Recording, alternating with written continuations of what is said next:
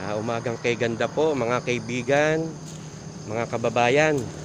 Nandito po ako ngayon sa pinagjajagingan ko. Pero hindi po ako magja-jogging this time. Maglalakad lang po ako. Kasi yung paglalakad po maganda na rin pong exercise. Kaya maglalakad po ako at habang naglalakad po ako, may i-share lang po ako sa inyo mga kaibigan, mga kababayan. Kasi po nung nandun po ako mga kaibigan sa Davao, doon po ako nagja-jogging. Meron po kami pinagja-joggingan na parang park po. At doon po marami kong nakita na pwede ko pong i-share sa inyo. Kasi po doon yung mga nagja-jogging, hindi lang po yung kalusugan nila ang kanilang inaalagaan. Pati po yung buong pamilya nila inaalagaan po nila. Bakit ko po nasabing buong pamilya inaalagaan po nila? Kasi po doon yung mga nagja-jogging po mga kaibigan, kasama po yung asawa, anak, tatay, nanay, apo, pati nga po yung mga alaga nilang aso at pusa, kasama po nila doon sa joggingan.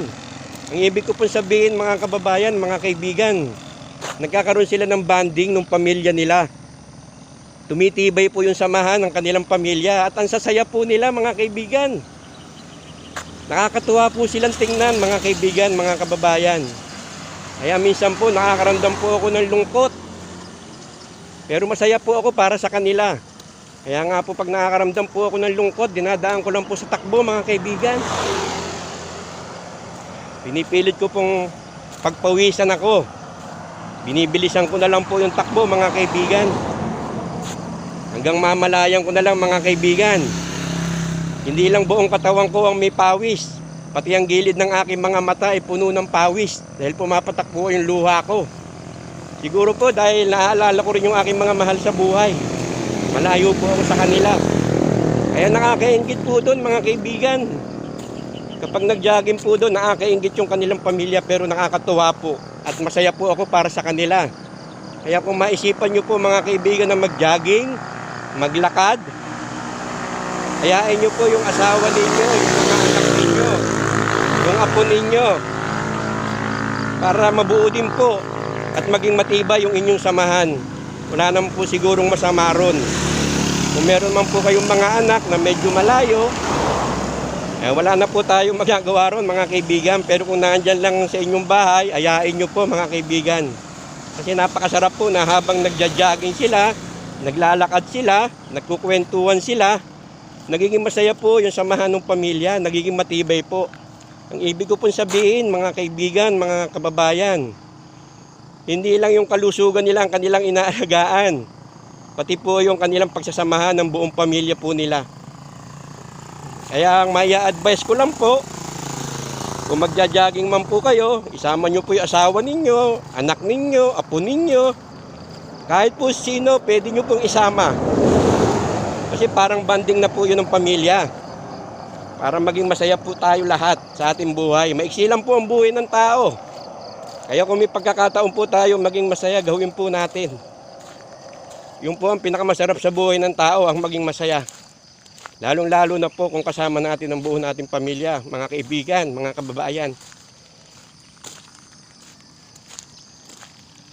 Sinishare ko lang po ito sa inyo kasi yun po yung nakita ko doon. Kung paano sila magmahalan, kung gaano katibay yung kanilang pamilya.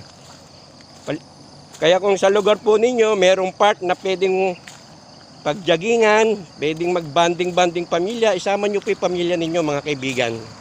Napakasarap po tingnan na habang nagja-jogging sila, nagkukwentuhan, buo yung kanila pong pamilya. Kasama pa nga po yung alaga nilang mga aso at pusa. Kaya nakakainggit po sila. Siya nga po pala, maraming salamat po sa inyong lahat na nanonood ng aking video. Sana po huwag kayong magsawa. Marami pong nagpapa-shoutout ng mga dati kong mga kasamahan. Shoutout po sa inyong lahat na taga Emisikas Construction. Pasensya na kayo, hindi ko naman babanggit yung mga pangalan sa dami ninyo. Pero siguro bawat lugar na lang po. Shoutout po sa lahat ng taga Davao. Sa pumumuno po ni P. Gilbert, Geldrick. Pumumuno po ni P. Cedric sa Davao City. Shoutout po sa inyong lahat dyan. Ingat po kayo palagi dyan.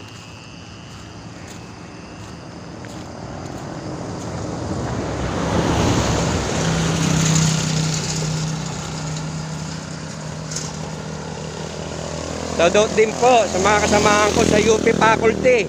Ingat po tayo dyan. Mga kasamahan ko po sa Cebu. Ingat po tayo dyan. At ngayon po, yung mga bago kong kasama dito sa Porac, Pampanga.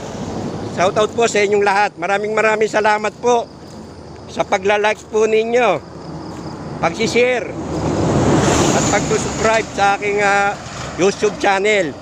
Siya nga ho pala mga kaibigan, meron na po ako YouTube channel. Ang pamagat po ng aking YouTube channel para mapanood nyo po ito ng buo, Fidel Batang 80s po.